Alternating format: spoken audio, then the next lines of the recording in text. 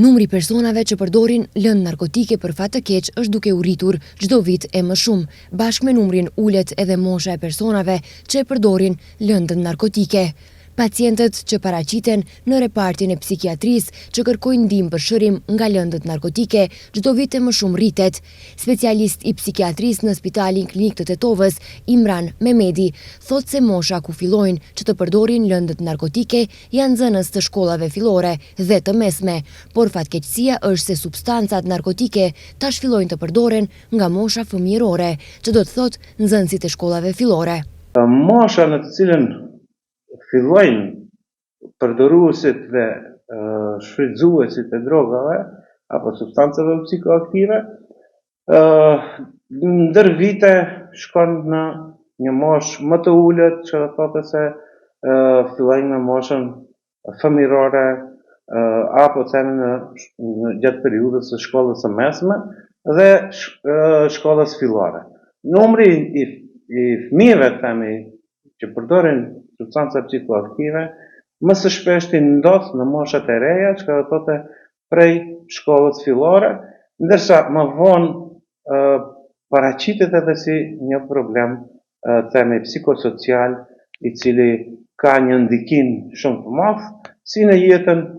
e përditshme të vetë shfrytëzuesve, po edhe familjes, me atë edhe të komunitetit ku jetojnë. Ndërkaq sektori për punë të brendshme Tetovë gjatë vitit 2025 ka sekuestruar 89.3 kg marihuanë dhe 155.5 gram kokainë. Ndërsa vitin 2024, sektori për punë të brendshme Tetovë ka sekuestruar vetëm 347 gram marihuanë. Nga sektori për punë të brendshme thonë se gjatë vitit 2025 janë kryer gjithsej 2048 vepra penale, prej të cilave në stacionin policor Tetovë janë regjistruar 1356 vepra, rritje për 11%, ndërsa në sektorin për punë të brendshme Gostivar janë regjistruar 692 vepra, ulje prej 8%. Janë gjetur dhe konfiskuar lloje të ndryshme të substancave narkotike. Gjatë këtij viti në mënyrë permanente dhe të intensifikuar, sektori për punë të brendshme Tetovë pra punon në zbardhjen e të gjitha rasteve të cilat kanë mbendur